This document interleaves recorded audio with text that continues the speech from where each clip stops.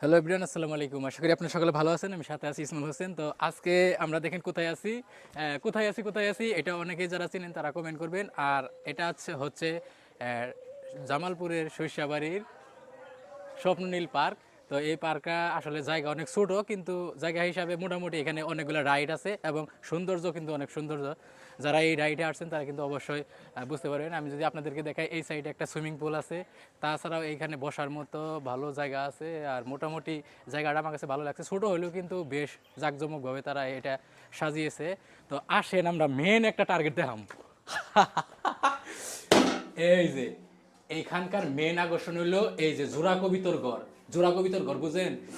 এই ঘরের মধ্যে আসবেন, টেবিল থাকবে, গার্লফ্রেন্ড বয়ফ্রেন্ড নিয়ে আসবেন, সারা দিন বৈশা প্রেম করবেন, কথা কবেন, টিভি করবেন, আতাতি করবেন, কোনো সমস্যা নাই, সুন্দর। মানে 60 টাকার বিনিময়ে আরেকটা বিষয়, 60 টাকার বিনিময়ে দেখেন এখানে আসলে পরে আরো কিছু সাইনবোর্ড দেখতে পারবেন। এই যে আ আ আ আ, এই যে দেখছ, আর কে এস, এই সব নতুন করে ধরো এই জেলা।